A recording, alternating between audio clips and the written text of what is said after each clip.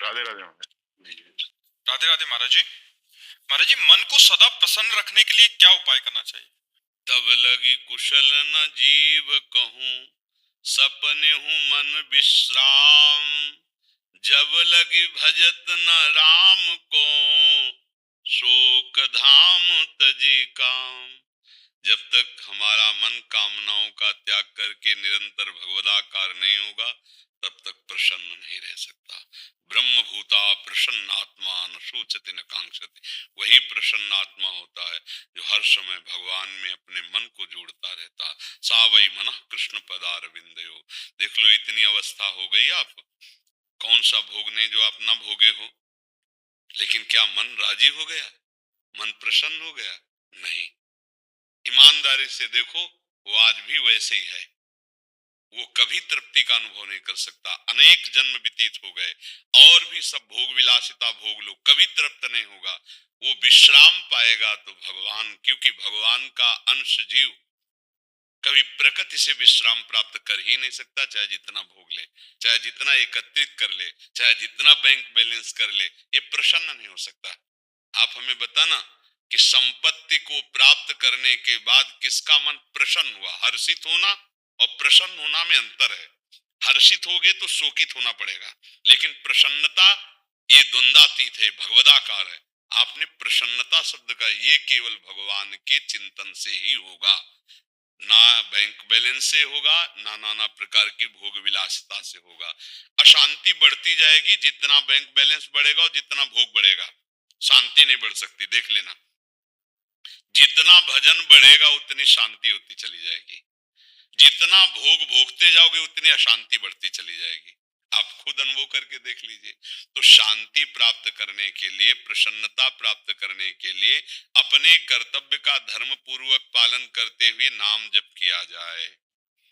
कोई भी गंदा आहार, गंदा पेय ना पिया जाए, नहीं तो मन थोड़ी देर के लिए बेहोश होता है उस प्रमाद स्थिति में, तो उसी को तुम आनंद मान लेते हो। अभी आनंद जाना कहाँ है? होश में चैतन्य होते हुए भी बेहोश रहना एक बड़ी अद्भुत स्थिति होती है, वो भगवान से प्राप्त होती है। आप भगवान के अंश हो, प्रकृति के अंश से आप कभी सुखी नहीं हो सकते हो। चाहे जितना प्रकृति को भोग लो, कभी मन प्रसन्न नहीं हो सकता। ऐसा लगता है कि एक चीज आज मन मांग रहा है, खा लें तो हम प्रसन्न हो जाएंगे, अगर ये हम भोग लें तो प्रसन्न हो जाएंगे। लेकिन जिसको तुम को सोच रहे हो कि भोग लें, उसको कोई भोग रहा है, लेकिन वो भी किसी और के लिए सोच रहा है। वो भी ऐसा नहीं कह सकता कि अब कछुनाथ न चाहिए मोरे, मैं प्रसन्न हूं, अब मुझे कुछ नहीं, ये नहीं कोई बोल सकता। ये वही बोल सकता है जिसका चित्त भगवान से जुड़ा हुआ है। तो हमारी प्रार्थना है, नाम जप कीजिए, अपने कर्तव्य का पालन कीजिए। बार बार मन संसार में जो जा रहा है वहां से हटा के प्रभु के चरणों में, प्रभु के नाम में लगाइए, तो ही मन प्रसन्न हो सकता है। हमें तो आज तक और कोई उपाय नहीं लगा, न शास्त्रों में न महापुरुषों के वचनों में। ऐसा कोई उपाय नहीं है जिससे अन्य उपायों द्वारा मन को प्रसन्न किया जा सके। आप देख लो, ये किसी भी वस्तु को स्थायी नहीं पकड़ता। मन को देख लीजिए, आप जिस वस्तु से प्रियता मन दिखाएगा, थोड़ी देर के बाद, थोड़े दिन के बाद, थोड़े समय के बाद वो उससे हट जाएगा और दूसरे की तरफ देखने लगेगा। इसका मतलब है ये केवल फंसा रहा है, ये कहीं तृप्त होने वाला नहीं। और एक बार प्रभु में लग जाए, अभी लगा नहीं है, एक बार प्रभु में लग जाए तो हटाए नहीं हट सकता। ध्यान रखना, जैसे तुम नाम जप करते हो तो विषय चिंतन नहीं छूटता, ऐसे विषयों में उसको रखा जाए तो भगवत चिंतन नहीं छूटेगा। मन की खासियत है, अगर उसको सही जगह पकड़ा दो फिर छोड़ने वाला नहीं, गलत जगह कहीं टिकेगा नहीं। ये मन भगवान का अंश है, इंद्रियाणाम मनश्चास्मि। ये तभी रुकेगा, तभी प्रसन्न होगा जब ये अपने अंशी में पहुंच जाए, भगवान के चिंतन में। हमारे हृदय की बात ये, अगर आपका किसी का कोई अनुभव हो कि मन इससे प्रसन्न हो जाएगा, तो आप बताओ, कुछ है ऐसा जिससे आप मन को प्रसन्न कर पाए हो आज तक, या कर लोगे? भ्रम से है, मुझे नौकरी मिल जाए तो मन प्रसन्न हो जाएगा, नहीं होगा। जिनको नौकरी मिली है, अगर इतना रुपया हो जाए तो जितना तुम सोच रहे हो उससे ज्यादा किसी के पास है, अगर ये मिल जाए तो वो भी किसी के अधिकार में है, तो उसको संतुष्ट हो जाना चाहिए। ये केवल भुलावा मन का है। संतोष धारण करो, धैर्य धारण करो, अपने कर्तव्य का पालन करो, नाम जप करो, पाप रहित पुरुष ही प्रसन्न होता है। पाप आचरण तभी तक बनते जब तक हम मन के गुलाम रहते हैं। जब हम मन को अधीन कर लेते तब हम प्रसन्न होते हैं। संत किसे कहते हैं? जिसने मन को अधीन कर लिया। मन मारिया तन बस में कीना, हुआ भरम सब दूर। बाहर से कछ दिखत नाई, अंदर चमके नूर। आपो त्याग जगत में बैठे, नहीं किसी से काम। उनमें तो कछु अंतर नाई, संत कहो चाहे राम। आप गृहस्थी में रहते हुए भी संत हो सकते हैं। आप अपने धर्म से रहते हैं, धर्म की कमाई से परिवार का पोषण करते हैं, और जितना बनता है भगवान का नाम जप करते हैं, कोई पाप नहीं करते, तो आप देखना आप प्रसन्न होने लगोगे, आप हृदय में आनंदित होने लगोगे। अब गलत आचरण करोगे तो बैठे बैठे डिप्रेशन में पहुंच जाओगे। पापाचरण गंदा चिंतन कराता है और कल्पनात्मक भय देता है। उसी भय से तो डिप्रेशन आता है। बेमतलब की बातें मन में, जैसे एक ने प्रश्न किया था अंग्रेजी में, ओवर थिंकिंग। ओवर थिंकिंग तो हाँ, तो उसको समय क्यों दे रहे हो ओवर थिंकिंग का? नाम जप में लगाओ। हमने एक दिन सत्संग में सुनाया था कि एक गुरुजी ने शिष्य को मंत्र बताया कि इससे तुम भूत सिद्ध कर सकते हो, भूत सारे कार्य कर देगा। तो उसने मंत्र को अनुष्ठान किया और भूत सिद्ध कर लिया। अब भूत प्रकट हुआ, उसने कहा हमें काम बताओ। तो जो काम बताते 1 मिनट में कर देता। वो कहा काम नहीं बताओगे तो तुम्हें उठा के पटक देंगे। अब वो गुरुजी से बोले कि तो समस्या हो गई, भूत सिद्धि। वो कह रहा काम बताओ, जो काम बताते हैं वो क्षण में कर देता है। फिर खाली वो कह रहा खाली नहीं रहेंगे, नहीं तो हम तुम्हें पटक देंगे। तो गुरुजी ने कहा एक डंडा बांस का ऐसे गाड़ दो और उससे कहो इसी पे चढ़े उतरे, और जब काम हो तो काम करवा लो। तो बात समझे? भूत कौन है? ये मन उठा के पटक देगा अगर खाली रखोगे। क्या करना है? राधा राधा राधा राधा, चढ़ उतर इसी पे। जब काम है तो काम कर रहे, नहीं तो राधा राधा राधा, बात बन जाएगी। इसी से मन प्रसन्न। क्यों? हाँ। स्नेह जी यमुनानगर से। राजा जय जय राधा वल्लभ श्री हरिवंश महाराज जी। महाराज जी, मेरी बचपन से ही साधु संतों के प्रति असीम श्रद्धा, विश्वास और प्रेम रहा है। मेरे जीवन का लक्ष्य श्यामा श्याम की प्रेम लक्षणा भक्ति को प्राप्त करना है। परंतु महाराज जी, मेरा प्रश्न यह है कि जो कर्म हमारी नजरों में पुण्य है, वही अगर दूसरों की नजरों में पाप है, ऐसी अवस्था में सत्य असत्य का बोध कैसे हो? कृपया समाधान। कैसे? हमें जैसे उदाहरण दीजिए। केवल कहने मात्र से हम नहीं समझ पाएंगे, आप उदाहरण दीजिए कि जैसे आपने एक किया और दूसरा उसे पाप कह रहा है। हमें बताइए आप कौन सा ऐसा पुण्य काम है, कौन सा ऐसा धर्म कार्य है, कौन सा ऐसा भागवतिक कार्य है जिसको कोई भी पाप कहे। हाँ, जो पापी है, पापात्मा है, उसकी बातों को सुना नहीं जाता है। वो कोई प्रमाणित बात थोड़ी है। कोई महात्मा अगर कह रहा है तो आप हमें बताइए, पागल आदमी की कोई बात मानी जाती है क्या? तो जो वासनाओं में पागल है उसकी बात कोई मानी जाती है क्या? फाइनल में बात तो विवेकवानों की मानी जाती है, शास्त्र सम्मत मानी जाती है। आप शास्त्र सम्मत बात बताइए कि किस पुण्य को कहाँ पाप कहा गया है। आप किसको लेकर प्रश्न कर रहे हैं, किस बात को लेकर कहे हैं? हमारी जैसी है कि आपने स्वयं अपने हाथों से अपना बना हुआ भोजन लेना है, और कोई दूसरा सोचे कि ये क्यों नहीं ले रहे या किसी का भोजन क्यों नहीं ले रहे। मतलब जो वैष्णव सावधानियां बताई जाती हैं, तो अगर दूसरा आदमी उसको समझे ना। आप हमारी बात, इसमें थोड़ा विवेक की आवश्यकता है। दूसरा कौन तुम्हें पूछेगा? कौन पूछेगा? कोई घर का प्रियजन होगा, समझ में आ रहा है? कोई घर का प्रियजन होगा, कोई आपसे संबंध रखता है, वो होगा। यदि वो निषिद्ध भोजन पाता है तो हम उससे प्रार्थना कर देते हैं कि हम भगवत मार्ग के पथिक ये नहीं पा सकते हैं। अगर वो अच्छा पवित्र भोजन बनाता है तो उनसे भगवान को अर्पित करके पा लेते हैं। तो उसमें विवेक की आवश्यकता है। उसमें कोई द्रोह या निषेधात्मक वृत्ति या पाप ऐसा कोई यहाँ तो सवाल नहीं उठता है। बात समझना है। हाँ, अगर ऐसे कोई गली चलते किसी को भोजन के लिए थोड़ी कहता है। एक प्रियता होती है, एक संबंध होता है। उस संबंध से जैसे वो चाहता है कि मेरे, तो अगर वो निषिद्ध भोजन नहीं है, वो त्याज्य भोजन नहीं है, तो उसे हम भगवान को अर्पित करके पा लेते हैं उसकी खुशी के लिए। उसके हृदय में श्री भगवान विराजमान है। लेकिन निषिद्ध है तो हम उससे प्रार्थना कर देते हैं कि हम देखो भगवत मार्ग के पथिक हैं, हम ये पदार्थ नहीं पाते हैं, इसलिए हम नहीं पा सकते हैं। तो उसमें कोई बुरा मानने की या पाप की कोई तो बात ही नहीं है जी। हरवंश पराशर जी पंजाब से। राधे राधे। राधा वल्लभ श्री हरिवंश महाराज जी, दंडवत प्रणाम। गुरुदेव भगवान, 3-4 माला नाम जप के पश्चात मन स्थिर हो जाता है, बाहरी सब कुछ रुक जाता है। 10-15 मिनट के लिए न माला गिरती है न शरीर झटका लगता है। कभी कभी आभास होता है कि नाम जप चल रहा है। गुरुदेव, क्या ये निद्रा अवस्था है? इस अवस्था को निद्रा नहीं कहते, इसे तंद्रा कहते हैं। निद्रा नहीं कहते, इसे तंद्रा कहते हैं। ये भी विक्षेप माना जाएगा। ये कोई भागवती की स्थिति नहीं है, इसे विक्षेप माना जाएगा। इसको सुधारना चाहिए, ऐसी स्थिति में खड़े हो जाना चाहिए, टहलने लगना चाहिए। ये कोई भागवती की स्थिति नहीं। भागवती की स्थिति में जागते हुए चेतना शून्य भगवदाकार वृत्ति, जैसे हम स्वप्न में होते और चेतना देह की नहीं होती, वो स्वाप्निक शरीर की कल्पना में, तो ये कल्पना नहीं होती, सत्य में होता है, क्योंकि सत्य स्वरूप भगवान का है, तो उसी में वो स्थित है और उसे बाह्य शुद्ध नहीं है। ये बड़े महापुरुषों की होती है जो बहुत अच्छे साथ। पर अभी जैसे आपने बताया, इसे तंद्रा कहते हैं, कि नाम भी हो सकता है चल जाए थोड़ी देर के लिए, ना बेहोशी है ना जागृत है, इसे तंद्रा कहते हैं। अगर बेहोशी हो गई तो निद्रा हो गई, अगर बेहोशी नहीं हुई जागृत अवस्था हो गई, लेकिन जागृत भी नहीं है और नींद भी नहीं है, उस अवस्था को तंद्रा कहते हैं।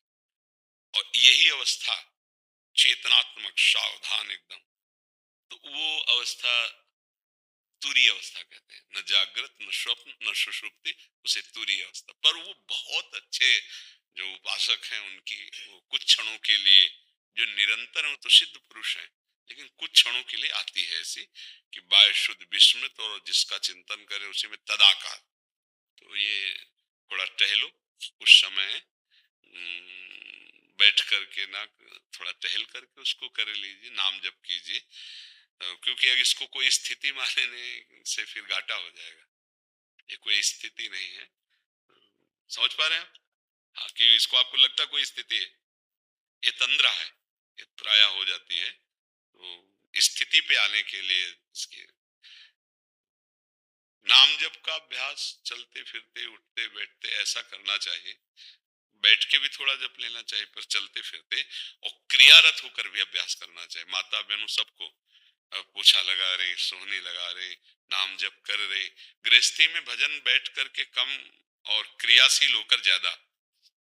चलते क्या जाता है, राधा राधा राधा राधा, आराम से चल रहा है। हम ऑफिस जा रहे हैं, ऑफिस में बैठे हैं, जब बात कर रहे हैं तो बात कर रहे हैं, खाली है तो नाम जप कर रहे हैं। बहुत समय ऐसा मिलता है जिसको हम लोग फालतू में बर्बाद करते हैं। उस समय को यदि हम भजन में लगा ले तो बहुत बढ़िया गृहस्थी का भजन हो जाए। गृहस्थी भी भगवत प्राप्ति में समर्थ है, ऐसा नहीं कि गृहस्थ भगवत प्राप्ति नहीं कर सकता है। हाँ, नाम और बढ़ाइए और थोड़ा टहल करके जप कीजिए। मैं सेना में ब्रिगेडियर AK सिंह और निश्चेतना विभाग में स्पेशलिस्ट हूँ। दरअसल सेना में रहकर समाज से हम कुछ ना कुछ हद तक अलग हो जाते हैं, लेकिन समाज में जो मंथन चल रहा है, मैं सोचा तो मैं उसमें कैसे कंट्रीब्यूट कर सकूं। मतलब अपना कर्तव्य वर्तव्य तो हम कर रहे हैं अपनी तरफ से जो भी, लेकिन समाज के प्रति हम और क्या योगदान कर सकते हैं। यदि आप अपने कर्तव्य पर स्थित है तो पूरे राष्ट्र की आप सेवा कर रहे हैं। और ये जो समाज परिवर्तन, उनके भाव का परिवर्तन होगा, वो स्वयं के तप और पवित्र आराधना से होता है। जैसे हम ऐसे समझाएं किसी को तो ऐसे समझ में नहीं आएगा, लेकिन यदि हम स्वयं समझकर और तप पूर्वक भजन पूर्वक, तो उसका प्रभाव पड़ जाएगा। समाज का परिवर्तन इस समय बहुत आवश्यक है, क्योंकि वायुमंडल में व्यभिचार और नाना प्रकार की कुप्रवृत्तियां फैल चुकी हैं कलयुग के कारण। अब उसके लिए यदि भजन और तप नहीं होगा तो वाणी से केवल परिवर्तन नहीं हो सकता। हम किसी को धन और सुविधा देकर सुखी नहीं कर सकते, उसके विचार परिवर्तन की आवश्यकता है। अगर उसका माइंड परिवर्तन नहीं हुआ तो वासनात्मक भूत उसके द्वारा जो क्रियाएं करवाएगा वो अशांत रहेगा, वो नाना प्रकार के पापाचरण करके वो बहुत क्लेशित रहेगा। अगर हमें समाज को सुधारना है तो बाहरी व्यवस्था में तो आप लगे ही हैं कि किसी भी तरह का आतंक हमारे देश को कष्ट ना दे पावे, ये तो। लेकिन अब जो देश की व्यवस्था की बात है सुधरने की, जब तक हमारे समाज का जो बुद्धि है उसका परिवर्तन नहीं होगा तब तक वस्तु दे देना, अर्थ दे देना, उससे सुविधा से काम नहीं चलेगा। अगर बुद्धि ठीक है तो और बुद्धि के लिए तप और भजन, इन दो के द्वारा बुद्धि का परिवर्तन होता है। भजन ही या तपस्या ही बुद्धि को सत्य की तरफ प्रेरित करती, प्रकाशित करती है। तो हमें लगता है कि भगवान से प्रार्थना की जाए और स्वयं भजन किया जाए और इसके बाद हम समाज का मंगल मनाते रहे। क्योंकि बॉर्डर तो हमारे लिए ठीक है, हाँ, लेकिन ऐसा ना, मैं कहता हूँ उस देश बहुत बुरा दिन होगा जब हम सेना को बोला जाएगा कि आप अंदर की स्थिति ठीक करो, हमारे लिए बहुत हाँ, इसमें देखो, इसको हम जो कह रहे हैं उसको आप विस्तार से समझ लीजिए। अपने अपने पदों का दुरुपयोग यदि ना हो तो समाज का बहुत ज्यादा हिस्सा सुधर जाए। लेकिन आप जिस तरह से प्राणों की बाजी लगाकर बॉर्डर को सुरक्षित रखते हैं, उस तरह अपने पद की सीमा को सुरक्षित नहीं रखा जा रहा। हम ये नहीं कहते कि सब एक ही लाइन पे हैं, पर कहीं ना कहीं बहुत कुछ हम अपने राष्ट्र के द्वारा जो मिला हुआ पद है उसका दुरुपयोग होता है। अगर उसका दुरुपयोग बंद हो तो बुद्धि शुद्ध हो और वो लाखों को शुद्ध कर दे, पर बहुत कठिन है। अर्थ का प्रलोभन और जीवन का भय, ये दो जिसके दिमाग में है वो अपने पदाधिकार का सदुपयोग कभी नहीं कर सकता। आप इस बात पर ध्यान देना। अगर आप बॉर्डर में सुरक्षा पे है तो आपने दोनों का त्याग कर रखा है और जीवन की बाजी लगा करके आप, और दूसरी बात, प्राण का मोह त्याग करके किसी भी क्षण कुछ भी हो सकता है, तब आप बॉर्डर की सुरक्षा किए। तो आज हमारे धर्म की रक्षा, आज हमारे राष्ट्र पदों की रक्षा अगर कहीं डामाडोल हो रहा है कुछ, तो वो बुद्धि के कारण हो रहा है। कोई सत्य पे चलना चाहता है तो उसे प्राणों का भय है। कौन आ गया कि अगर आप ऐसा नहीं करते हैं तो ऐसा, या फिर अर्थ का प्रलोभन, प्रलोभन और भय दो का त्याग तभी हो सकता है जब अध्यात्म का ज्ञान हो। अध्यात्म के बिना प्रलोभन और भय का त्याग नहीं हो सकता, और प्रलोभन और भय ये धर्म का पालन नहीं करने देते हैं। आप विचार करके देखना इस विषय पर। तो हमें लगता है कि अध्यात्म शिक्षा अगर जन जन में पहुंचे, वास्तविक अध्यात्म, प्रवचन होना तो बहुत है, ये तो बहुत है, वास्तविक अध्यात्म में जब तक हम स्वयं नहीं होंगे तब तक सुधार नहीं होने वाला है। तो अध्यात्म का आप अपने अंदर प्रसार कीजिए और फिर बाहर प्रचार कीजिए। हमारी तो प्रार्थना आपसे यही रहेगी और जन समाज से ही रहेगी कि हम एक एक अपनी बुद्धि को अध्यात्म के द्वारा पावन करें और भय और प्रलोभन से हटे। प्रलोभन काम आदि दोषों में उतार देता है, नाना प्रकार के दुराचार प्रवृत्तियों में, और भय अगर हमारे अंदर हिम्मत है कर्तव्य का पालन करने की तो हमारी हिम्मत तोड़ देता है। वही सफल होता है जो भय और प्रलोभन दोनों का नाश करता है, चाहे भक्ति मार्ग में हो चाहे संसार मार्ग में हो, वही सुखी रह सकता है और धर्म का पालन कर सकता है। हमारा तो आंतरिक भाव यही है कि भय और प्रलोभन से बचा जाए, दूसरों को बचाया जाए, तभी अंदर सुधार हो सकता है। जैसे भय और प्रलोभन दोनों से आप बचे हुए हैं तभी हमारा बॉर्डर सुरक्षित है। अगर आप ग्रसित हो जाएंगे तो वही दूषित हो जाएगा। भय या प्रलोभन दोनों से अगर आप दब गए तो हमारा देश संकट में फंस जाएगा। तो अंदर ये बहुत जोर से हवा चल रही है भय और प्रलोभन की, कि अगर हम ऐसा करते हैं तो हमारा हमसे श्रेष्ठ अधिकारी है वो हमको निलंबित कर देगा। ऐसे हमारे सामने आए हैं विषय, तो हमें समाज का ज्ञान इस विषय आपसे ही तो होता है, क्योंकि हम समाज में तो घुसे नहीं, समाज हमारे पास आती तो उससे पता चलता है जी। पर हम आपको धन्यवाद देते हैं कि आपकी सद्भावना बॉर्डर पे भी है और अंदर भी है, इसलिए हम आपको धन्यवाद देते हैं कि ये सद्भावना ही जगत मंगल करने के लिए पर्याप्त होती। सद्भावनाएं अगर जागृत हो जाए तो कलौ संघो शक्ति, ऐसे बहुत से सद्भावना वाले हों तो हम अपने आसपास सुधार कर सकते हैं। धन्यवाद सबकी। स्वामी गुजेशानंद जी रामकृष्ण मिशन से। राधे राधे महाराज, राधे राधे। राधे राधे महाराज जी, वंदनीय पूज्य महाराज श्री, आपके चरणों में साष्टांग दंडवत प्रणाम। महाराज श्री, हमारे जीवन का लक्ष्य श्री कृष्ण विगत मानसः समस्त सुखः, कैसे भगवान श्री कृष्ण हमारे मन को चुरा करके अपने चरणों में मन को रख दें। मुरारी पादार्पित चित्तवृत्ति। आज सत्संग में एक बात कही थी, ध्यान से जो सुनने के लिए बैठे होंगे वो पकड़ पाए होंगे। हमारी ममता में एक ताकत है। जो ममता शब्द है ना, इसमें बड़ी ताकत है कि इसको जहां स्थापित कर देते हैं उसके बिना हम रह नहीं पाते। और ये जहां लग जाती है उसके सानिध्य की मुझे अत्यंत जरूरत होती, चाहे वस्तु में, चाहे किसी व्यक्ति में, चाहे किसी स्थान में। जैसे आपसे ममता हो जाए तो बिछुड़त एक प्राण हरि लेहि, फिर आपसे बिछोड़ना पसंद नहीं आएगा। अभी ममता हमारी श्री कृष्ण पादाम्बुज में अर्पित नहीं हुई। बात समझना, नहीं वो ममता श्री कृष्ण को विवश कर देगी। ममता का जो प्रभाव है वो उन प्रभु को विवश कर देगा और वो आपके बिना रह नहीं पाएंगे। आपको बुलाना नहीं पड़ेगा, वो छा जाएंगे आपके मानस पटल पर, आपके नेत्र में। आपको बाहर भीतर कृष्ण ही कृष्ण नजर आएंगे। एक जरूरी बात है, हमारी ममता, वो खुद कह रहे हैं, सबकी ममता ताग बटोरी, मम पद मनहि बांधी बरी डोरी। अब देख लिया जाए, भगवान कह रहे हैं, बहुत गुप्त बात बता रहे हैं कि यदि मेरी ममता जो आपको दी गई है, शरीर और शरीर संबंधी भोग और शरीर संबंधियों में तुमने फैला दी है, तो तुम दुखी होगे, तुम जन्म मरण को प्राप्त होगे। अगर वही ममता जो मेरे द्वारा दी गई है मेरे चरणों में बांध दो, सब जगह जो फैला रखी है, तो आगे का जो विधान है, जहां जहां मेरा भक्त चरण रखे वहां वहां रखूं हाथ, पीछे पीछे मैं फिरूं कभी न छाणू साथ, भक्तन पाछे यो फिरत ज्यों बछरा संग गाय। बछरा पकड़ ले तो गाय रंबाती हुई आएगी। क्यों? ममता है उसको।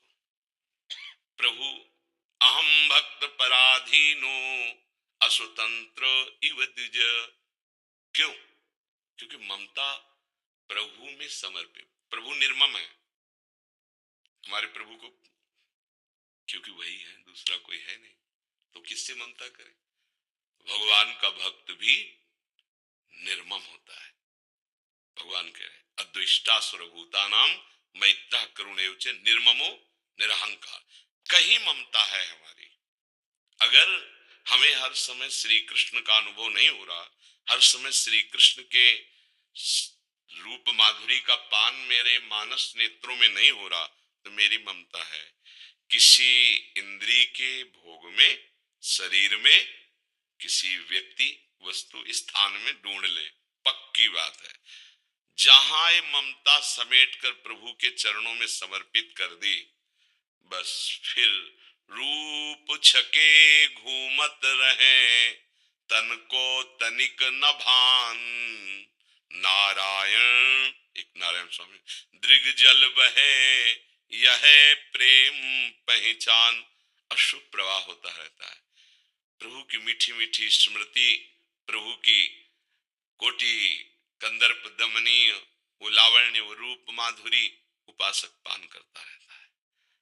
कमी है हमारी तरफ से कि हमारी ममता नहीं समर्पित है प्रभु के चरणों में।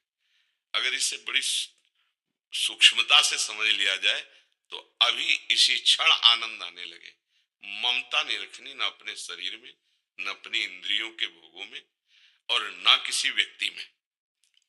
सबकी ममता ताग बटोरी, मम पद मनहि बांधी बर डोरी। पूरे जीवन भर यही करना है। ये जिस क्षण कर लिए फिर आगे का कार्य प्रभु करते हैं। वो समदर्शी बना देते हैं, वो इच्छा रहित कर देते हैं, हर्ष शोक रहित कर देते हैं, निर्भय कर देते हैं। उसे करूं सद्यते साधु समाना, मैं उसे संत बना देता हूं। ममता समर्पण करने की जरूरत है। अगर ममता कहीं है तो दुख सुख का थप्पड़ लगेगा, पहचान है। अगर कहीं ममता है तो मान अपमान का बोध होगा।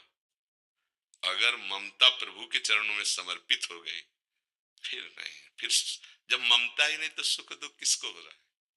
फिर मान अपमान किसको? शत्रु मित्र समजानी, मान मान अपमान सम, दुख सुख लाभ न हानि, यह जो कृपा हरिवंश की। ममता जो प्रियालाल के चरणों में समर्पित होती है तो ये स्थिति पाई जाती है उसमें कि शत्रु मित्र में समान भाव उसका होता है, सुख दुख में, लाभ हानि में, मान अपमान में, निंदा स्तुति में समान भाव। क्योंकि जब शरीर से ममता हो तो निंदा स्तुति का प्रभाव पड़े ना। ममता तो चली गई प्रभु के चरणों में, अब क्या?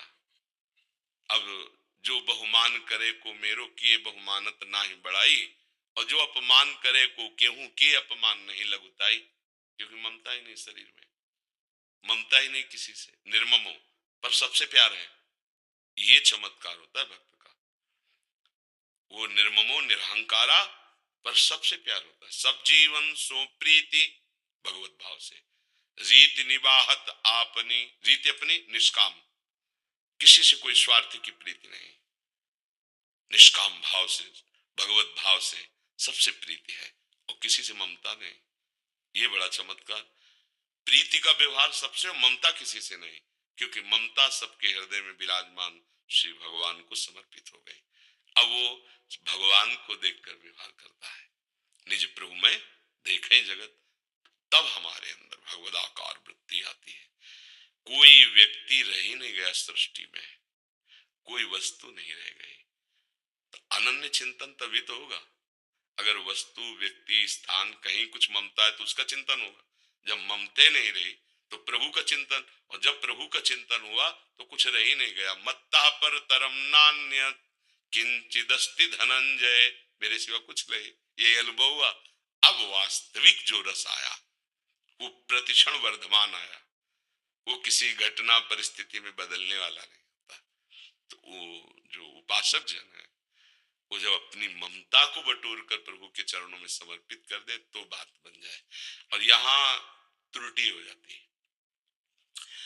हम नाम जप करेंगे, थोड़ा साधन करेंगे, थोड़ी सेवा करेंगे, पर ममता शरीर में, ममता अपनी मान्यता, प्रियता, इंद्रियों की, बहुत समय लग जाता है। साधना को समझना है, ये क्रिया से नहीं होता, ये केवल समझ ठीक होने से होता है। तभी गोस्वामी जी ने, तुलसीदास जी ने बहुत शोध कर कहा कि बिगड़ी जन्म अनेक की अब ही सुधरे आज, होई राम को बस। अपना जो ममत्व है उसको प्रभु के चरणों में अर्पित कर दूंगा। सब साधन का ये सार है, ममता शून्य हृदय और ममता युक्त हृदय। प्रभु के चरणों में ममता, और शरीर और संसार से ममता शून्य।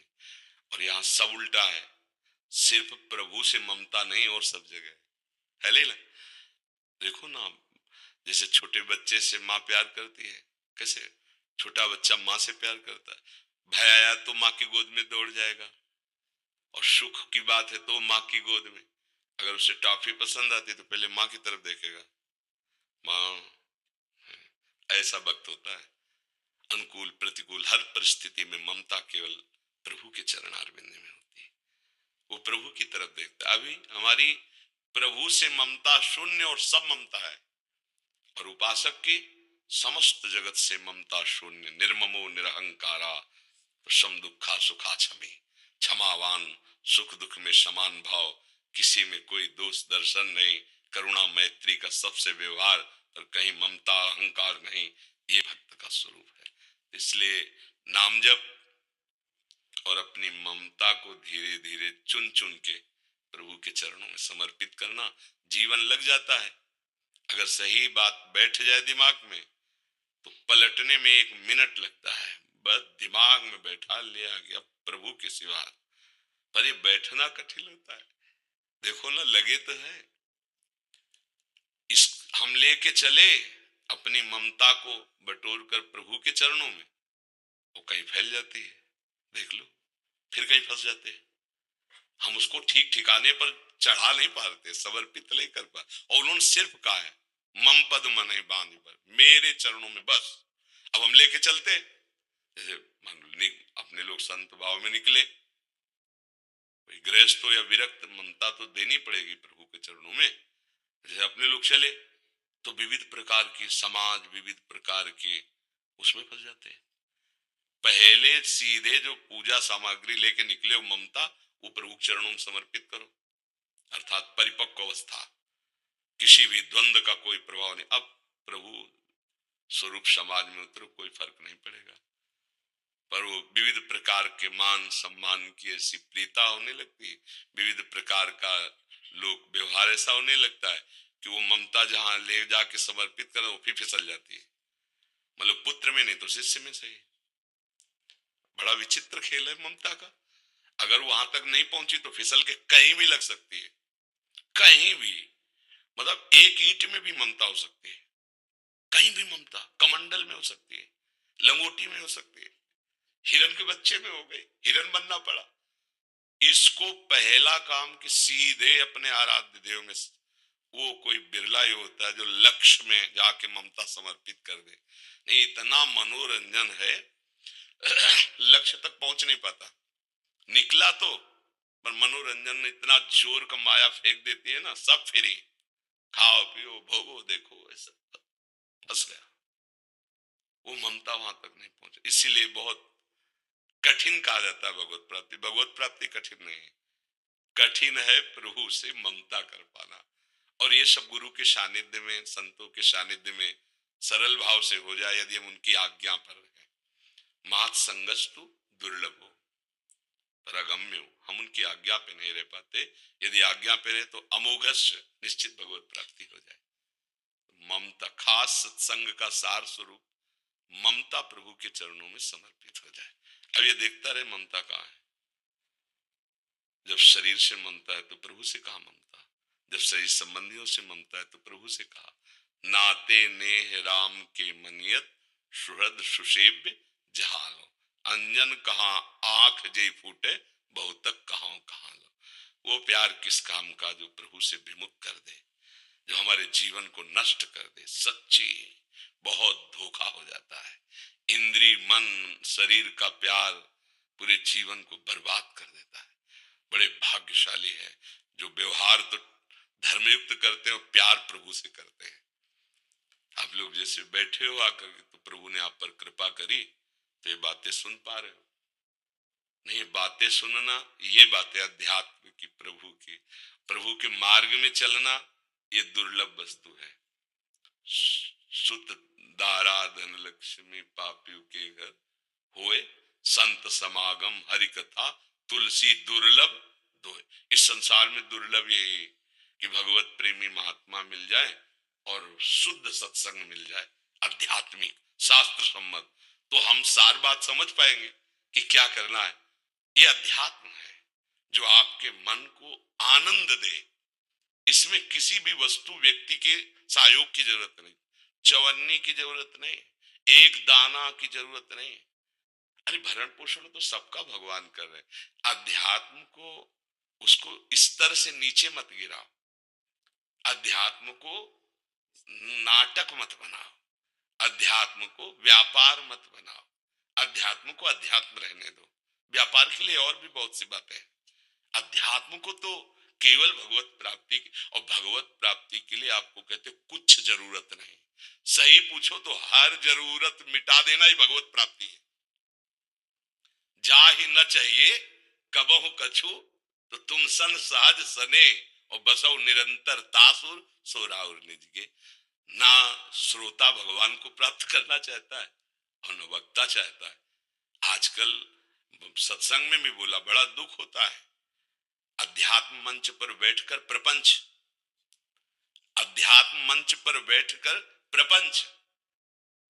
अध्यात्म का ज्ञान ऐसे हो जाएगा क्या? नहीं भैया, अध्यात्म का जब तक विवेकवान, और विवेक कहाँ होता है? साधु महात्माओं के संग से। जब तक संतों के चरणों में नहीं बैठे, संतों की आज्ञा में नहीं बैठे, तो अध्यात्म जान जाओगे? नहीं नहीं, फिर नहीं। तुम पीएचडी पढ़ के अध्यात्म नहीं जान सकते। तुम चाहे जितने बड़े विद्वान हो, अध्यात्म को समझने के लिए किसी आत्मबोधवान महापुरुष का ही आश्रय आवश्यक है, तभी आप उस विषय को, तो अध्यात्म को आप सुन रहे हैं, बड़ी हम पर कृपा कर रहे हैं। भगवत मार्ग पर चलने की सोच रहे, बड़ी कृपा कर रहे हैं। नहीं तो बड़ा दुर्लभ होता जा रहा है अध्यात्म का श्रवण और अध्यात्म का कथन। प्रपंच के लोग संसार के वही सुनना चाहते जिससे मन जो है विषयी मन और विषयों में लग जाए, विषयी मन निराश हो जाए, विषयों की तरफ से उदास हो जाए और भगवान की तरफ उल्लसित होके चले। ये केवल सत्संग से होता है। बड़े भाग पाई सत्संगा, बिना प्रयास होई भव भंगा। संसार समुद्र सूख जाए उसे सत्संग कहते हैं। ज्ञान जागृत हो जाए, सत आचरण जागृत हो जाए, भगवत प्रेम जागृत हो, तभी का तात स्वर्ग अपवर्ग सुख धरी तुलाए कंग तूलन ताय सकल मिल जो सुख लव सत्संग। केवल लक्ष्यदार भाषण और विविध प्रकार के मनोरंजन उससे सत्संग नहीं। मन भंजन, इंद्रिय निग्रह, मनोनिग्रह, स्वरूप बोध, भगवत प्रेम, ये सब सत्संग से होता है। आज हमारे ऋषि मुनि ब्रह्म ऋषि जन आचार्य जन, देखो उनकी वाणियां पढ़ो, उनकी वाणियां सुनो, तुम्हारे मोह का नाश हो जाएगा। बड़ा उपहास होने लगा है, बड़ी पीड़ा होती है। जैसे कभी कोई ऐसे सुनाए दिखाए कि देखो उनका ऐसा, तो पीड़ा होती है। भैया कल आप ही प्रमाण माने जाएंगे, क्योंकि कलयुग बढ़ता चला जा रहा है। शास्त्र क्या कह रहा है? हम अपनी वासना से प्रेरित होकर उसका अर्थ करेंगे तो अलग निकलेगा, और उपासना से प्रेरित होकर करेंगे तो उसका अर्थ अलग निकलेगा, और उपास्य देव में स्थित होकर देखेंगे तो उसका अलग अर्थ निकलेगा। शास्त्र को अपनी वासना से प्रेरित करके ना बोला जाए, उपासना या उपास्य देव में स्थित होकर ही बोला जाए। बहुत जैसे श्रीमद् भागवत है, साक्षात श्री कृष्ण प्राप्ति का स्वरूप है। अगर हम उसको जो लिखा है वैसे गायन करें, वैसे श्रवण करें, तो एक भयंकर भूत भगवत पार्षद बन करके चला गया था, धुंधकारी। श्रीमद् भागवत श्रवण मात्र से भगवत प्राप्ति, श्रीमद् भागवत श्रवण मात्र से श्री कृष्ण चरण अनुराग, संसार से वैराग्य। पर जो लिखा है बस मंत्र मंत्र होते ना, 18,000 मंत्र हैं श्रीमद् भागवत में। 18,000 जो श्लोक है ना वो मंत्र हैं। किसी को भी 18,000 श्लोक सुना दिए जाए, चाहे जितना बड़ा पापी हो, पक्का कल्याण हो जाएगा। उसका प्रभाव है। तो चलो श्लोक समझ में नहीं आता तो श्लोक का पाठ हो गया और फिर मूल व्याख्या कर दी, जो लिखा है मूल मूल। अब देखो एकादशी स्कंद की कहां व्याख्या होती है? एकादशी स्कंद श्रीमद् भागवत व्याख्या, जो मोक्ष धर्म का साक्षात स्वरूप है, भगवत भक्ति का स्वरूप है, प्रेम का स्वरूप है। तो हमें लगता है कि अगर 4 लोग बैठकर अध्यात्म की चर्चा सुनते कलयुग में अब, तो वो प्रवक्ता पर कृपा करते हैं, क्योंकि मन भंजन करना अध्यात्म है। साधु महात्माओं के पास जाया जाता है मन निर्मल करने के लिए, भगवत बोध प्राप्त करने के लिए, भगवत प्रेम के लिए। हमारे आचरण कैसे होने? बोले ये आदमी संत संग करता है, देखो इसकी वाणी देखो, इसके आचरण देखो, इसका स्वभाव देखो। क्यों? बोले साधु संग करता है, उसका प्रभाव पड़ना चाहिए। अगर हमारे आचरण वैसे संसारिक, चाहे हजारों जगह घूमे आओ, सत्संग वो जो आपके जीवन का परिवर्तन कर दे, तो आपका सुनना सार्थक हुआ और उनको बोलना सार्थक हुआ। तो हमारी ममता प्रभु के चरणों में समर्पित हो जाए तो हमें वैसे ही प्रेम हो जाएगा जैसे हम चाहते हैं।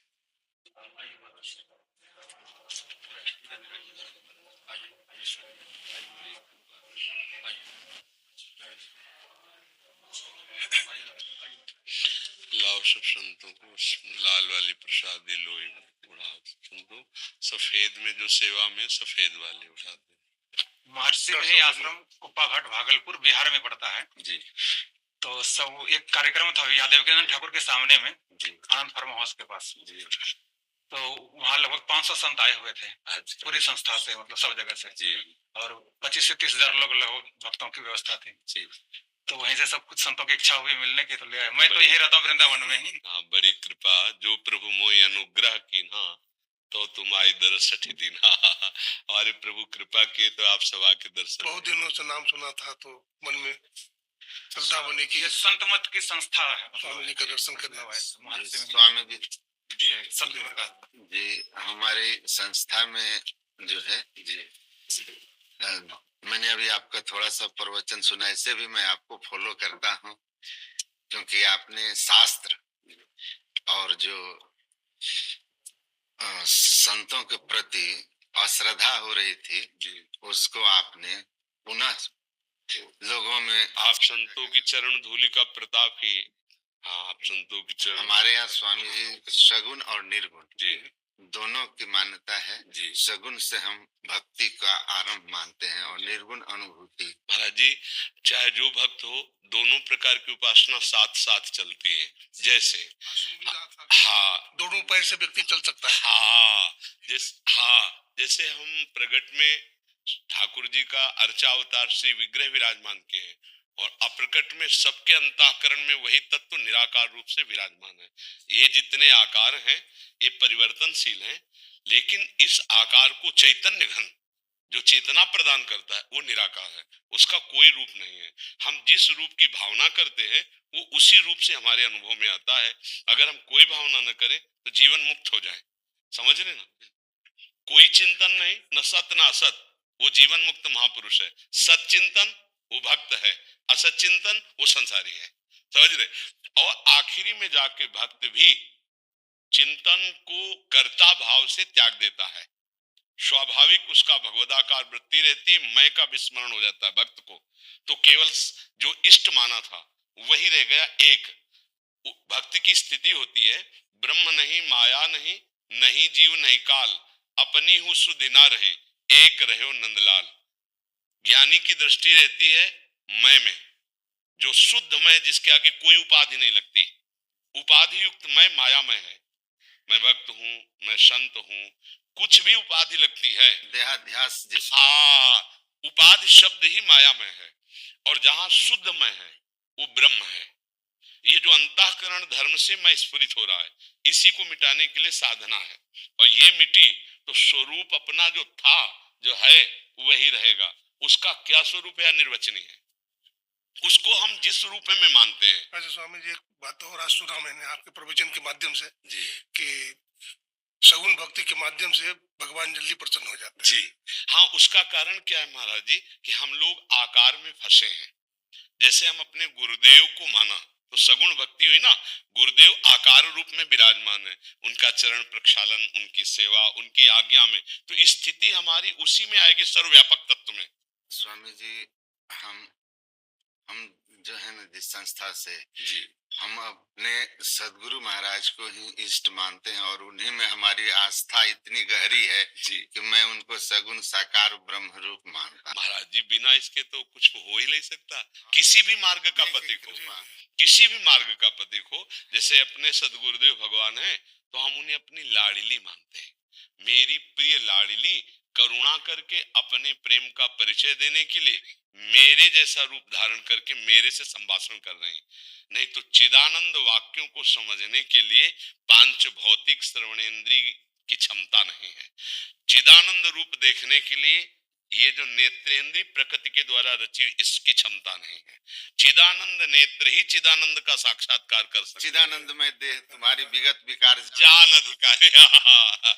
अच्छा, भगवान के साक्षात्कार का फल भी यही होता है कि जीव अपने स्वरूप में स्थित हो जाता है।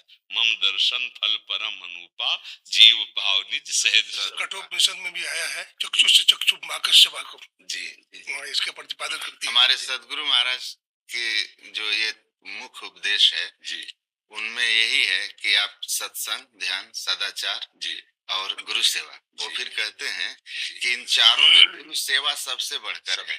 जिनमें गुरु सेवा आ गई उनकी कृपा से ये सब आ जाते हैं। जी बिल्कुल। गुरु सेवा में गुरु आज्ञा सर्वोपरि है। जी उस पर आप अटल हो जाइए, उनकी कृपा होगी, गुरु कृपा ही केवलम, उनकी कृपा होगी। यह सार है सिद्धांत सबका, सदगुरु को सेवना में ही न हो कछु, यही बिना गुरु सेव कर। जी समाधि के संबंध में स्वामी जी क्या विचार है? समाधि किस रूप में, संप्रज्ञात या संप्रज्ञात? हाँ, यदि संकल्पित समाधि हो रही है तो विशेष महत्वपूर्ण नहीं है। अगर संकल्प रहित असंप्रज्ञात विचक्षणा समाधि, जिसमें किसी भी तरह का कोई भी सत असत चिंतन नहीं है, जिसमें ना समाधि करता है ना समाधि भंग होगी, वो चलते फिरते भी समाधिस्थ रहता है, स्वरूप में स्थित रहता है।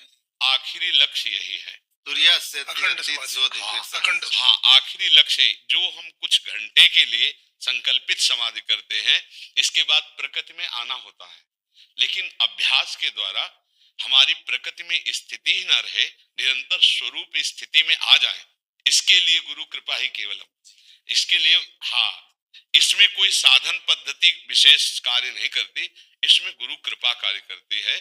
जैसे उपनिषदों में भी आता है कि नायमात्मा प्रवचनेन लभ्या न मेधया न बहुना श्रुतेन, यही साधन तो है, स्वरूप बोध के यही साधन बताए गए हैं। लेकिन कह रहे नहीं, आत्मा जिससे वर्ण करती है, आत्मा वर्ण गुरुदेव, जो हमारे आत्मबोध कराने के लिए हमारे ही आत्म स्वरूप हमारे सामने साकार रूप धारण किए हैं, वो सिर्फ हमारी ही आत्मा है, वो हमको अपने स्वरूप का बोध कराने के लिए गुरु रूप में विराजमान है।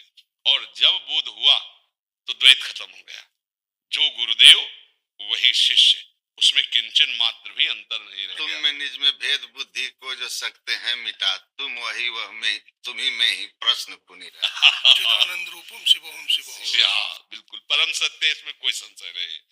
आराधना के द्वारा सवाल हल होता है, मानी संख्या साकार, सवाल हल हुआ, वही है, एक है, दो है नहीं, अद्वैत स्थिति है, सबकी अद्वैत स्थिति है।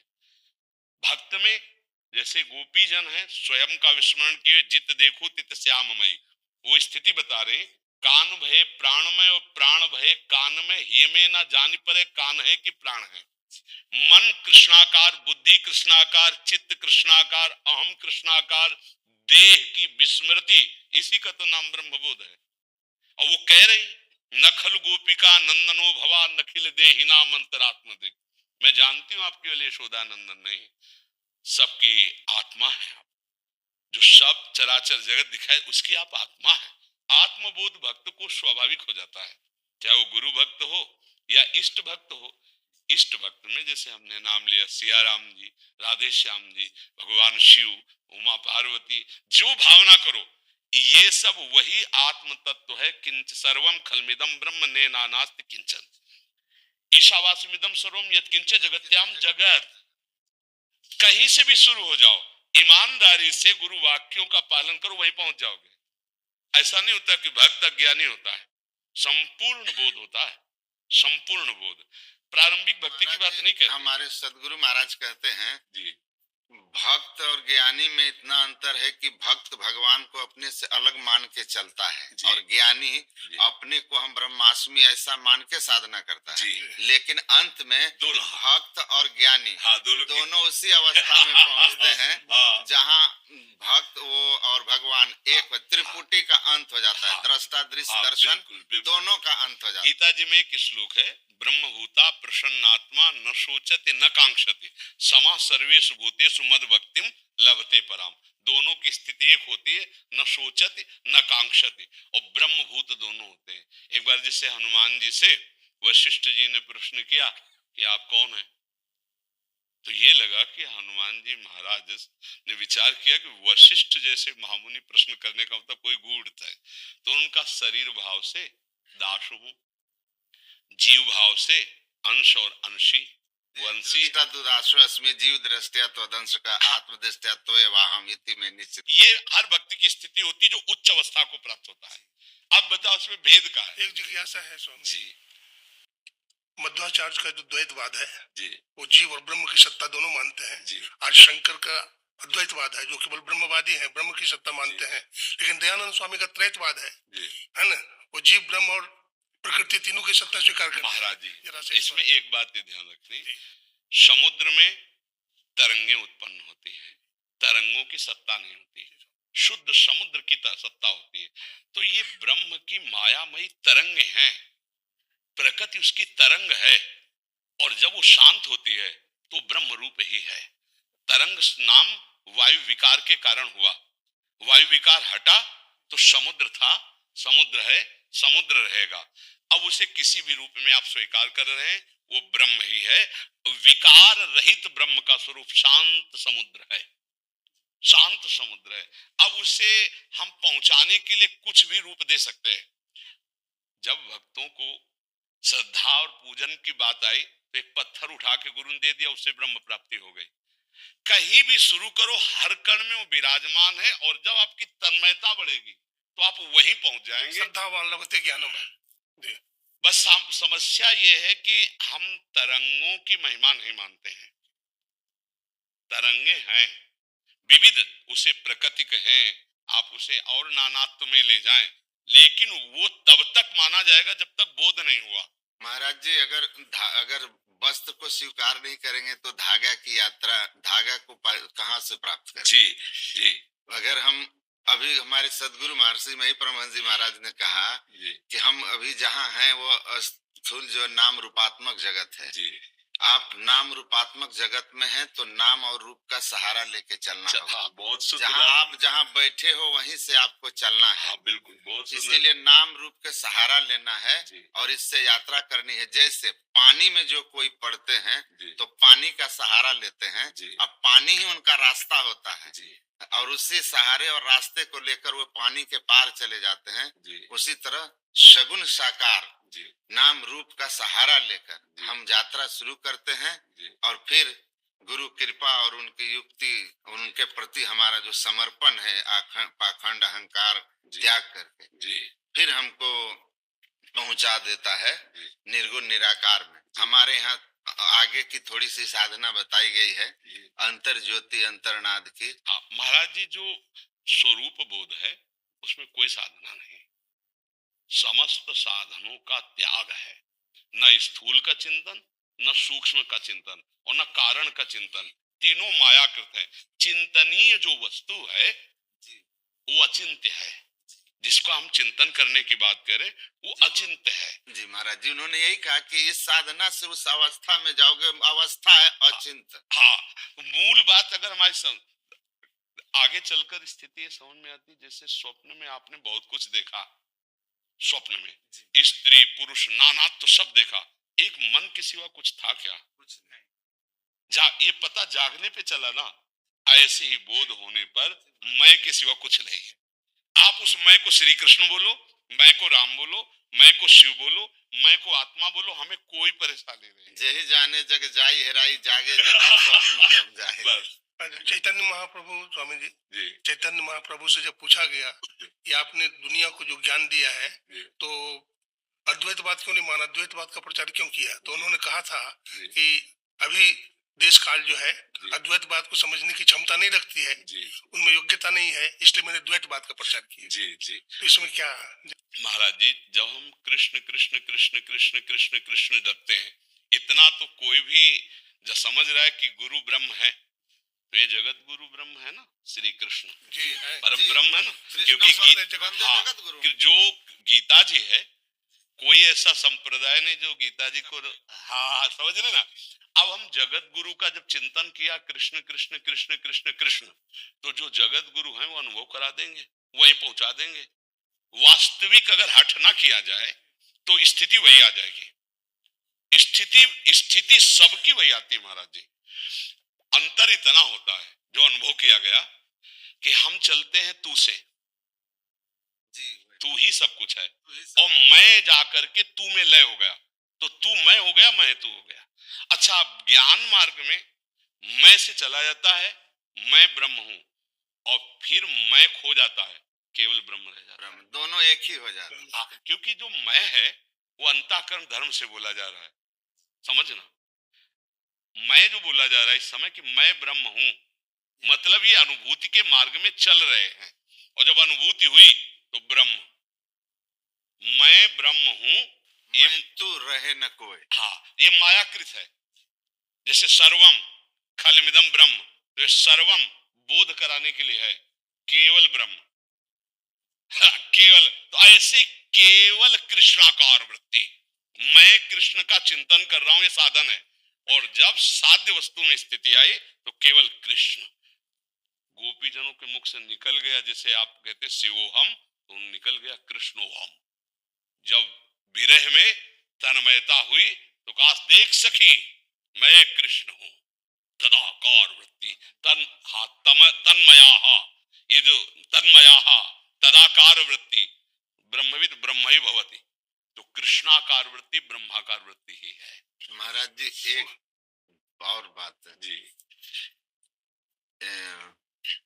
हम लोग, मैं बहुत सारे धर्म सम्मेलनों में गया हूँ, जितने बड़े नाम हैं जी, मैं नाम किसी का लूंगा नहीं, लेकिन बड़े बड़े सब नामों के साथ बहुत सारे धर्म सम्मेलन में संबोधन किया हूँ अपनी संस्था की ओर से जी। लेकिन जो आप का जीवन है और जो मैंने अपने गुरु महाराज जी आचार्य जी में देखा, वो कलिकाल के प्रभाव में क्यों नहीं है? महाराज जी हम तो ऐसा देख रहे हैं कि जैसे तिनके को हवा में उड़ाया जा रहा है। महाराज जी अश्रद्धा हो जाती है कुछ लोगों के हाँ, पास जाकर। पर आप अपने जैसे अपने देख रहे हैं, जैसे तिनके को हवा उड़ा करके मंदिर के बिल्कुल चोटी के ऊपर बैठा दे, भला तिनके का इसमें क्या प्रयास? तो ऐसे गुरु कृपा केवल यहाँ स्वामी जी मनसा वाचक कर्मणा एक ही दिखाई पड़ता है जी। यहाँ पर जो है मनसा वाचक कर्मणा एकदम एक है। मेरी वृंदावन आने की जो खुशी थी जी, वो ये वृंदावन भगवत धाम है, कृष्ण महाराज जनबंदे जगत गुरु का, वो तो था ही, लेकिन महाराज जी आपका दर्शन करना हमारे लिए, आप दर्शन देने आए, आपका दर्शन हुआ, हम लोग कृतार्थ हो गया। हम लोगों की मनोकामना थी कि आज दर्शन करेंगे, हम लोगों का दर्शन हो गया, सफल हो गया, आपका दर्शन हुआ। और ये ब्रह्मचारी लोग भी जो है बड़े महान हैं, इनका भी मैं देखा है, इनकी सेवा, इनकी समर्पण सेवा और बड़ी महान है, बड़ी समर्पित है जी। हाँ, बस ये कि इन सब संत जनों से हमारी प्रार्थना है कि हमारे शास्त्र के विरुद्ध कोई आचरण नहीं होना चाहिए और कहीं भी अहम की हमको कोई सूचना नहीं मिलनी चाहिए कि आपका वर्ताव किसी से अहम जन्य हुआ है। तो गुरु कृपा से, भगवत कृपा से सब के ऊपर कृपा है आप संतों की, तो ये दैन्य भाव से सेवा में, और इसी से भगवत प्राप्ति हो जाएगी। क्योंकि जिस भाव से चल एकांतिक भजन होना और समाज में सेवा परिचर्या में रहते हुए भगवत चिंतन होना, दोनों में एक अंतर है। एक अनुभूति कहता हूँ, मैं हिमालय क्षेत्र में भी रहा, ये महाराज जी भी रहे जी, एकांत में रह के बहुत भजन किया, लेकिन जब मैं अपने पूज्याचार्य महर्षि हरनंदन जी महाराज के सानिध्य में आ गया, जो अभी हमारे संस्था के प्रधान है जी, बड़े सरल है महाराज जी, एकदम आपकी तरह। तो जब मैं उनके सेवा में आ गया, उनके सानिध्य में रहना शुरू किया, तो मुझे अनुभव हुआ कि एकांत में रह करके बद्रीनाथ, केदारनाथ, ऋषिकेश और कहीं कहीं गुजारा मैंने, पंजाब में भी, लेकिन उनके सानिध्य में जितना चित्त मेरा शुद्ध रहा, साधना कम और लाभ ज्यादा, तो मुझे समझ में आ गया कि गुरु कृपा ही केवलम, और संत जो है मतलब भवसागर के नाव शुद्ध संतन के चरण, तुलसीदास प्रयास बिनु मिलहि राम दुख। मैं 9 साल का था स्वामी जी, और अंतिम शब्द महर्षि में ही परमन जी महाराज का दर्शन करने आया था, तो हमारा बाल पकड़ लिया था उन्होंने, और बाल पकड़ के घुमा करके पीठ पर मांग बोल, तुमको यहीं आना पड़ेगा, और मैं स्वामी जी यहीं। संतों की कृपा से साधुता का मार्ग मिलता है। मैंने आपके बारे में, तो यहाँ रहता हूँ वृंदावन में ही, अपने गुरु भाई सब हैं, मतलब 2006 से रह रहा हूँ। तो मैंने आपके बारे में सुना हो कि आप पहले संन्यास में रहते थे और काशी में रह करके आचार्य किया भी है, तो उधर से आकर के हरिवंश में स्वीकार किए। तो आपको तो शास्त्र के पूरे जानकारी भी है, मैं भी पढ़ाता हूँ ऐसे। मैंने ऋषिकेश में कैलाश आश्रम से आचार्य किया हूँ, मतलब शस्त्रांतरी का। तो हमें ये जानना है कि हरिवंश के बारे में 2 शब्द आप थोड़ा उपदेश करें कि, और यहाँ वृंदावन में रह करके मैंने कृष्ण के प्रति। महाराज जी, महाप्रभु का स्वरूप है हित, हित माने प्रेम। जैसे आत्म ज्ञान हो गया लेकिन आत्मरति नहीं, तो खास बात नहीं हुई। आप समझ पा रहे? आत्मज्ञानी है पर आत्मरति नहीं। उड़िया बाबा के महाराज के शब्द हैं कि आत्मज्ञानी तो प्रायः मिल सकते हैं, पर आत्मरतिवान, जो आत्म स्वरूप में आसक्त चित्त, अपने स्वरूप में ही रमण करने वाले, किंचन मात्र कभी 1 सेकंड के लिए भी बहिर्मुख नहीं, ऐसे होना बहुत कठिन है। ऐसे ही कृष्ण भक्ति करना अलग है और कृष्ण रति प्राप्त होना अलग है। तो ये जो आचार्य हमारे प्रकट हुए जिनको हित हरिवंश कहते हैं, हित माने होता रति प्रेम, मूर्तिमान श्यामा श्याम का प्रेम ही आचार्य रूप में अवतरित हुआ। और श्यामा श्याम प्रेम में, प्रेम के खिलौना दो खेलत हैं प्रेम खेल। तो एक बार श्री नवनिवृत्त निकुंज में, ये लीला भगवान की धाम की है, अद्भुत रास हो रहा था। उस समय श्री ललिता जी ने विचार किया कि हमारे प्रभु की विभिन्न प्रकार की उपासनाओं का तो प्रकाश है, पर ये नित्य रास विलास जिसमें भगवान शंकर भी एक रात्रि के लिए गोपी रूप धारण करके आते हैं और रसास्वादन करते हैं, आपको पता होगा, गोपीश्वर रूप में, इसका जन साधारण जन के अंदर कैसे वृत्ति जागृत हो। तो भगवान श्री कृष्णचंद्र जो बिहारी जी के रूप में निकुंज में विराजमान है, उन्होंने अपने कर कमल से बंशी प्रदान करी कि हमारे प्रेम आकर्षण का पूर्ण स्वरूप ये बंशी है। जब बंशी में क्लीम का उच्चारण किया है, प्रेम बीज मंत्र है, तो संपूर्ण गोपियों की चित्त वृत्ति कृष्णाकार हो गई। जैसे कोई वशीकरण मंत्र के द्वारा खींच ले, आई ब्रजनारी सुनत बंसीरो गृहपति बंधु विसारे दर्शन मदन गोपाल मनोहर मनसिज ताप निवारे। ये प्रेम रस के अंतर्गत की बात है। उस बंसी को प्रियाजू ने श्री ललिता जी को दिया कि ये हमारी प्रीतम के अधरों का रस पान करने वाली बंसी हमारे प्रेम रस का विस्तार करेगी।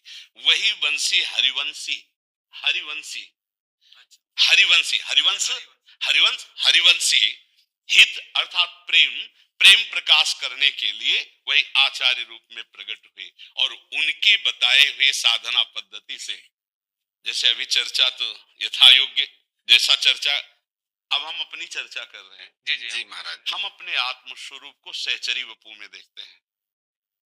मैं श्यामा श्याम की सहचरी हूं जो अभिन्न हूं, द्वैत से अद्वैत और अद्वैत से द्वैत।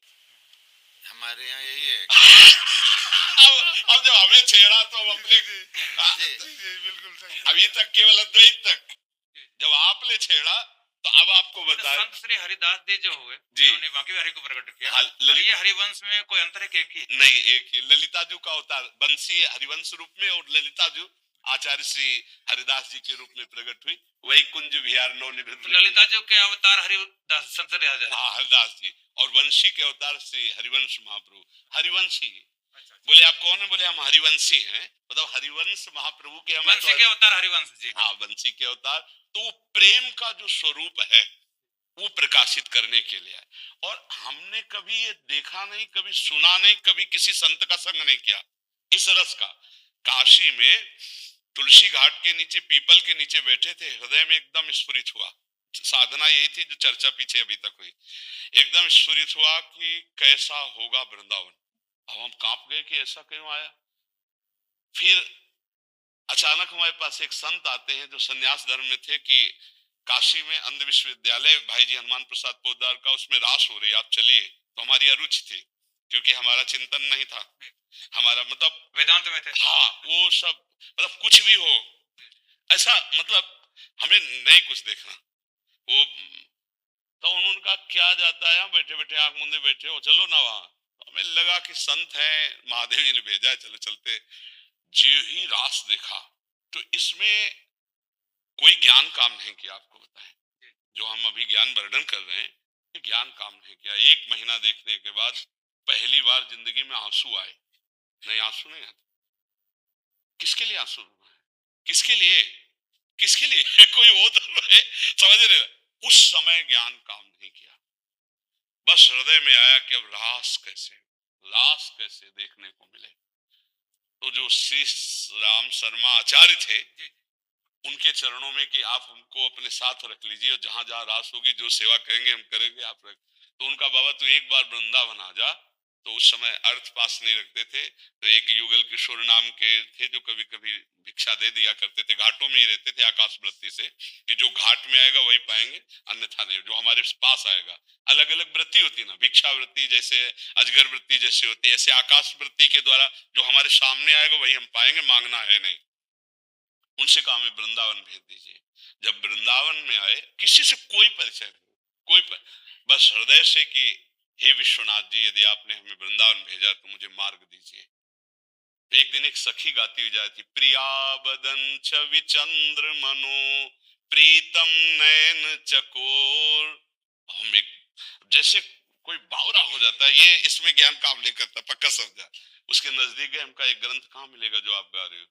तो लाल वस्त्र में थे। उनका ए बाबा तेरे बस की बात ना है। हमका क्यों हमारे बस की बात नहीं, हमें बहुत प्रिय लग रहा है, आप हमको कहीं से। बोले बिना इनका हुए तुम इनकी बात नहीं समझ सकते हो। कैसे हुआ जाता है? बिल्कुल सत्य, किसी संत का संग नहीं, कैसे हुआ जाता है? उन्होंने कहा कि राधा वल्लभ जी में जो गोसाई जी हैं उनके पास जाओ, उनसे बात करो। बस परिक्रमा पूरी की, गए गोसाई जी, उन्होंने कहा राधा वल्लभ जी का बनना पड़ेगा, उनका बना दीजिए। उनका ऐसा उतर जाएगा, उनका उतार दीजिए। मतलब बस वहीं से फिर जो हमारे अंदर द्वंद मचा, अब हमारा समाधान नहीं, क्योंकि काशी का चिंतन और वृंदावन का बिल्कुल अंतराय हो गया। अब हमें जो गुरुदेव भगवान ने दिया तो हमारे प्रश्न का समाधान नहीं होता, क्योंकि जो ज्ञान मार्ग का पथिक होता है बहुत तार्किक बुद्धि होती है, मतलब वो कोई अंधविश्वास या श्रद्धा तो बहुत तर्क प्रधान बुद्धि होती है। तो हम एक दिन तो उन्होंने कहा, हमारे संप्रदाय में पूज्य महाराज जी जिनकी छवि लग विराजमान है, बोले आप इनसे मिले, रस में डूबे हुए महापुरुष आपके प्रश्नों का उत्तर देंगे। महाराज जी से मिले तो बहुत किसी से नहीं मिलते थे, एकांत पहला शिष्यत्व गुरुदेव भगवान की कृपा से। तो गुरुदेव भगवान हमारा गुरु भाव नहीं था। पहले जब मिले तो लाल वस्त्र हमारे थे, सफेद वस्त्र महाराज जी के थे। तो अपने आसन पर बैठाला और कहा क्या जानना चाहते हो? हम कहा महाराज जी हम केवल अपने प्रश्नों का समाधान चाहते। पहला कि सर्वम खलविदम ब्रह्म, आपका उत्तर इसमें क्या है? उनका सर्वान वस्तुतया निरीक्ष परम स्वाराध्य बुद्धिर्मम। एकदम हृदय शीतल हुआ। बिल्कुल बात जिसे ब्रह्म कह रहे वही कह रहे, आराध्य हमारे सर्वत्र विराजमान है। ये क्रूरा अपि पापिनो न च सताम संभाष्य दृश्यासे सर्वान, ये पहला श्लोक महाराज जी। कई प्रश्नों का समाधान हुआ, फिर चित्त एकदम परिवर्तित होकर के। और अब ऐसे अब ये है कि जैसे आपको श्वांग मिले, आप जानते हैं कि मैं ये नहीं हूं, पर श्वांग बहुत अच्छी तरह से करेंगे।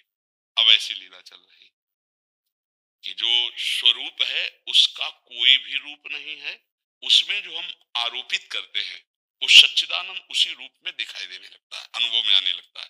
तो देर नहीं लगी उसको, मजा मजाया पात्र है, जो रंग डालो वही उसमें। तो ये नहीं है कि उसमें हमें तनिक भी संशय है, ये हमारा भाव का क्षेत्र आया है। सत्य वस्तु का बोध यही है और भाव से हम उसको विलस रहे। जैसे हम और गुरु जी भाव का है ना, तत्व में वही है।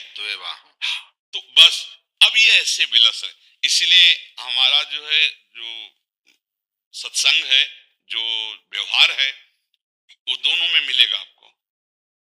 एक पक्ष हमारा हृदय है, लेकिन सत्संग दोनों पक्ष को लेकर के है, दोनों का आदर है, दोनों परम सत्य है और दोनों की एक स्थिति है। जिसे हम ब्रह्माकार वृत्ति कहते हैं, वही हिताकार प्रेमाकार वृत्ति होती है, उसमें किंचन मात्र भी अंतर नहीं। अब ये रसास्वादन आ गया, रसास्वादन में अद्वैत से द्वैत हुआ है। ये भ्रमात्मक द्वैत नहीं है, ये रसात्मक द्वैत है। हाँ, अब जो द्वैत में है तो अद्वैत स्थिति को नहीं जानता, और जो अद्वैत में स्थित हो चुका है वो मुक्त पुरुष है, वो ना भगवान की इच्छा करता है ना भगवान की लीलाओं की करता है, ध्यान रखना। लेकिन अगर कृपा प्रसाद से सकिल गया तो जैसे शुकाचार्य जी स्थिति स्वरूप में है, लेकिन कृष्णाकार वृत्ति और श्रीमद् भागवत का गायन। जैसे भगवान शिव स्वरूप स्थित है पर गोपीश्वर बल करके रास में प्रवेश। जीवन मुक्त ब्रह्म पर सुनहि चरित सुनहि तजी ध्यान दे, हरि कथा न कर ही रति तिनके आज तो आनंद बरसा दिया आप सब संत जी। जी महाराज, बहुत बहुत महाराज जी। खड़ा करो